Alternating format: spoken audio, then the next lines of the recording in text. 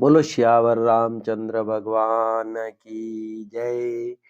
कल अपन ने सुना भगवान ने सबरी मैया को नवदा भक्ति सुनाई थी। फिर आगे जाकर नारद जी आए थे। नारद जी ने भगवान की स्तुति की और भगवान के राम नाम को सभी नामों का शिरोमणि होने का वरदान पाया। उसके बाद नारद जी ने पूछा कि प्रभु, मैं उस समय आपके द्वारा माया से रचे हुए नगर में विवाह करना चाहता था, तो आपने क्यों नहीं करने दिया। इस पर भगवान उनको समझा रहे थे कि मेरे भक्त की रक्षा करने का दायित्व मेरा होता है, इसलिए मैं भक्त का कभी नुकसान नहीं होने देता हूँ। अब आगे चलते हैं। भगवान कह रहे हैं, हे मुनि सुनो, पुराण वेद और संत कहते हैं कि मोह रूपी वन को विकसित करने के लिए स्त्री वसंत ऋतु के समान है। जब तप नियम रूपी संपूर्ण जल के स्थानों को स्त्री ग्रीष्म रूप होकर सर्वथा सोख लेती हैं। काम क्रोध मद और मत्सर आदि मेंढक हैं। इनको वर्षा ऋतु होकर हर्ष प्रदान करने वाली यह एकमात्र यही स्त्री है। बुरी वासनाएं कुमुदों के समूह है। उनको सदैव सुख देने वाली यह शरद ऋतु है। समस्त धर्म कमलों के झुंड है। यह नीच सुख देने वाली स्त्री हिम ऋतु होकर उन्हें जला डालती है। फिर ममता रूपी जवास का समूह स्त्री रूपी शिशिर ऋतु को पाकर हरा भरा हो जाता है। पाप रूपी उल्लुओं के समूह के लिए यह स्त्री सुख देने वाली घोर अंधकारमयी रात्रि है। बुद्धि बल शील और सत्य ये सब मछलियां हैं और उनको फंसाकर नष्ट करने के लिए स्त्री बंसी के समान है। चतुर पुरुष ऐसा कहते हैं। युवती स्त्री अवगुणों की मूल पीड़ा देने वाली और सब दुखों की खान है। इसलिए हे मुनि, मैंने जी में ऐसा जानकर तुमको विवाह करने से रोका था।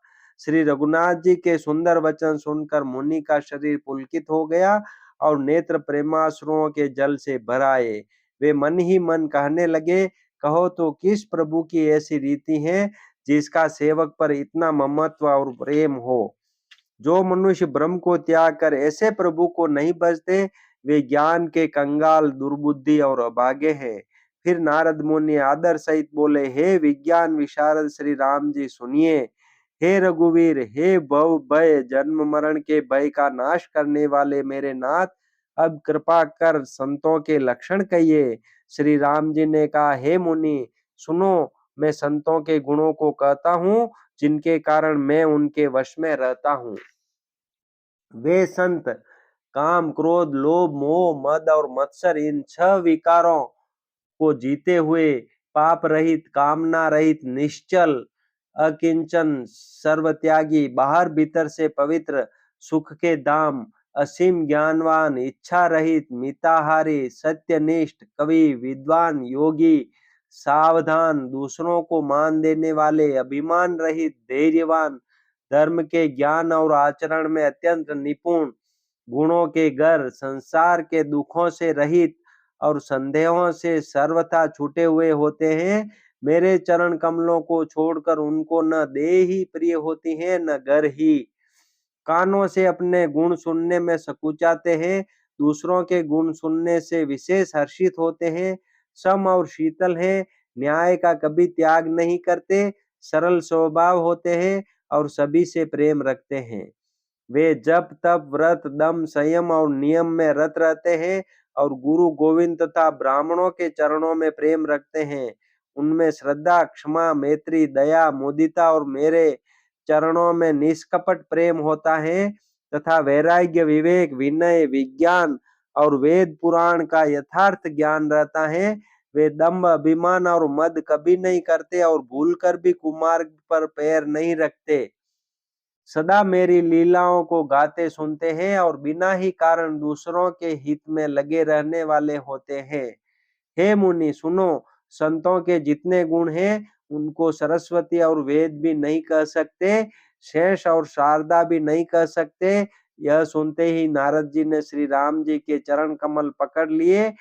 दीन बंधु कृपालु प्रभु ने इस प्रकार अपने श्री मुख से अपने भक्तों के गुण कहे। भगवान के चरणों में बार बार सिर नवाकर नारद जी ब्रह्मलोक को चले गए। तुलसीदास जी कहते हैं कि वे पुरुष धन्य हैं जो सब आशा छोड़कर केवल श्री हरि के रंग में रंग गए हैं। जो लोग रावण के शत्रु श्री राम जी का पवित्र यश गावेंगे और सुनेंगे, वे वैराग्य, जप और योग के बिना ही श्री राम जी की दृढ़ भक्ति पावेंगे। युवती स्त्रियों का शरीर दीपक की लौ के समान है। हे मन, तू उसका पतिंगा न बन। काम और मद को छोड़कर श्री रामचंद्र जी का भजन कर और सदा सत्संग कर। मास परायण 22वां विश्राम, अरण्य कांड समाप्त। बोलो सियावर रामचंद्र भगवान की जय। अब किष्किंधा कांड में प्रवेश करते हैं। कंद पुष्प और नील कमल के समान सुंदर, घोर एवं श्याम वर्ण, अत्यंत बलवान, विज्ञान के दाम, शोभा संपन्न, श्रेष्ठ धनुर्धर, वेदों के द्वारा वंदित, गो एवं ब्राह्मणों के समूह के प्रिय, माया से मनुष्य रूप धारण किए हुए, श्रेष्ठ धर्म के लिए कवच स्वरूप, सबके हितकारी श्री सीता जी की खोज में लगे हुए पथिक रूप रघुकुल के श्रेष्ठ श्री राम जी और श्री लक्ष्मण जी दोनों भाई निश्चय ही हमें भक्तिप्रद हों। वे सुकृति पुण्यात्मा पुरुष धन्य हैं, जो वेद रूपी समुद्र के मतने से उत्पन्न हुए कलयुग के मल को सर्वथा नष्ट कर देने वाले अविनाशी भगवान श्री शंभु के सुंदर एवं श्रेष्ठ मुख रूपी चंद्रमा में सदा शोभायमान, जन्म मरण रूपी रोग के औषध, सबको सुख देने वाले और श्री जानकी जी के जीवन स्वरूप श्री राम नाम रूपी अमृत का निरंतर पान करते रहते हैं। जहाँ श्री शिव जी पार्वती बसते हैं, उस काशी को मुक्ति की जन्मभूमि, ज्ञान की खान और पापों का नाश करने वाली जानकर उसका सेवन क्यों न किया जाए। जिस भीषण हलाहल विष से सब देवतागण जल रहे थे, उसको जिन्होंने स्वयं पान कर लिया, रे मंद मन, तू उन शंकर जी को क्यों नहीं भजता? उनके समान कृपालु और कौन है। श्री रघुनाथ जी फिर आगे चले। ऋष्यमुख पर्वत निकट आ गया। वहां ऋष्यमुख पर्वत पर मंत्रियों सहित सुग्रीव रहते थे।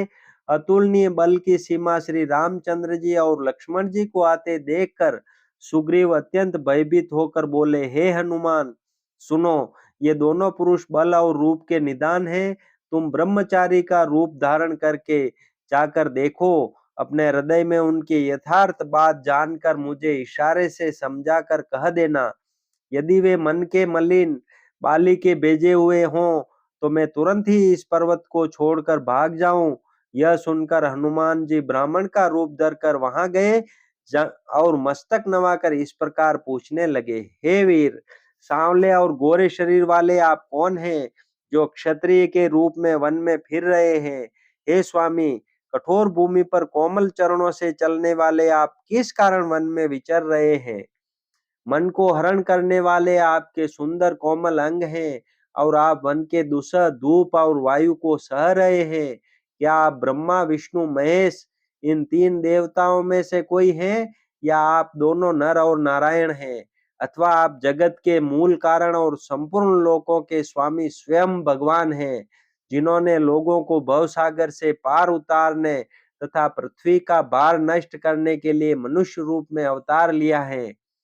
श्री रामचंद्र जी ने कहा, हम कौशलराज दशरथ जी के पुत्र हैं और पिता का वचन मानकर वन आए हैं। हमारे राम लक्ष्मण नाम है। हम दोनों भाई हैं। हमारे साथ सुंदर सुकुमारी स्त्री थी।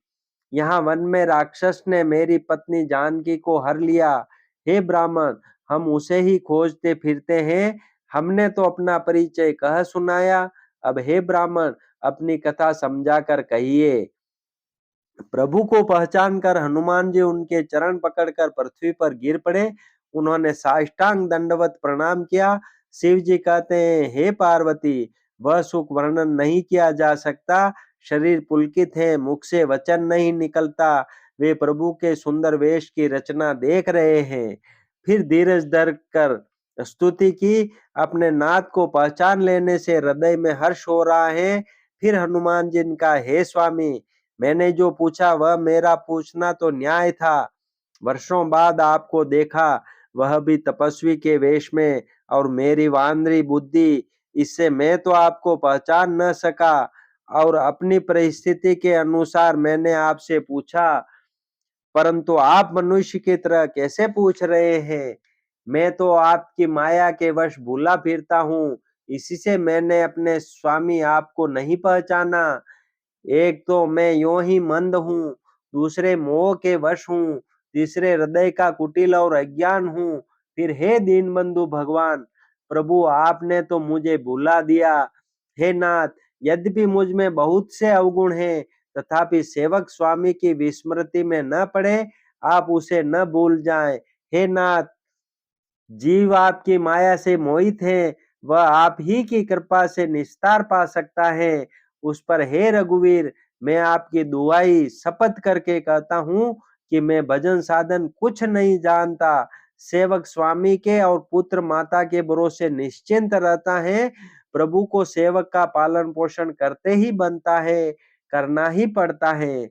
ऐसा कहकर हनुमान जी अकुल आकर प्रभु के चरणों पर गिर पड़े। उन्होंने अपना असली शरीर प्रकट कर दिया। उनके हृदय में प्रेम छा गया। तब श्री रघुनाथ जी ने उन्हें उठाकर हृदय से लगा लिया और अपने नेत्रों के जल से सींच कर शीतल किया।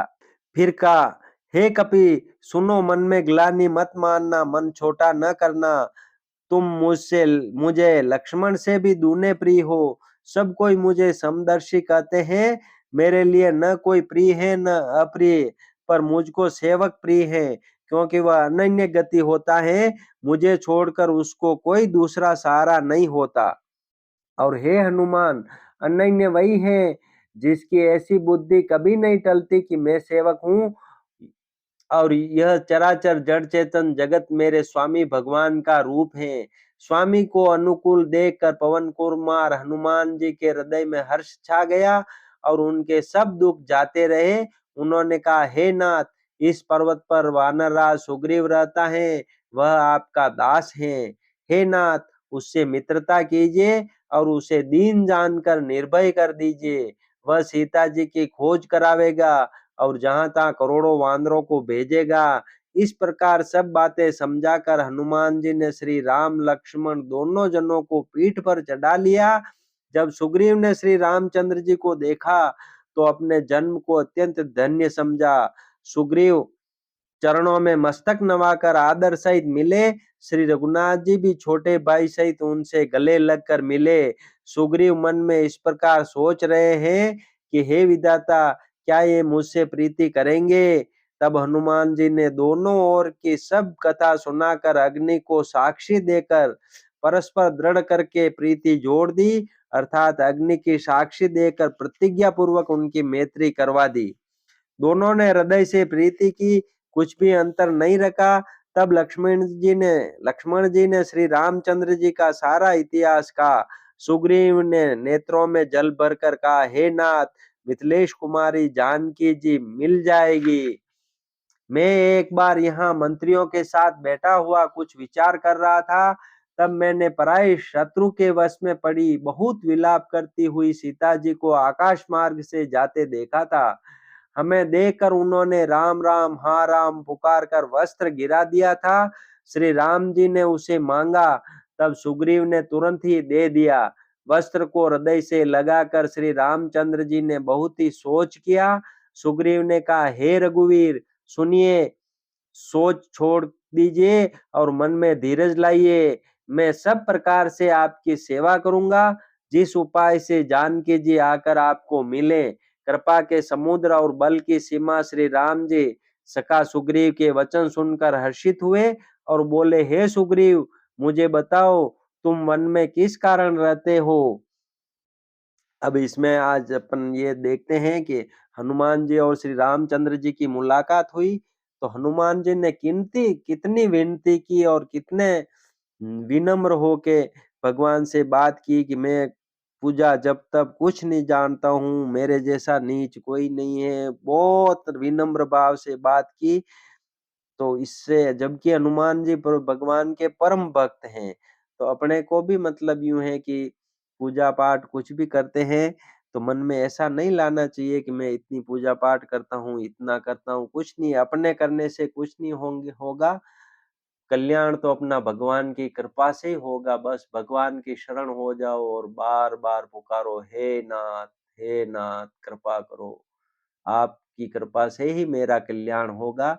मेरे प्रयत्न से कुछ भी होने वाला नहीं है, क्योंकि ये शरीर तो अपना पंचभौतिक है। इस शरीर से करने से कुछ नहीं होगा, वो भगवान की कृपा से ही होगा। भगवान की कृपा पर पूरा भरोसा रखते हुए बार-बार भगवान को पुकारना चाहिए। बोलो सियावर रामचंद्र भगवान की जय।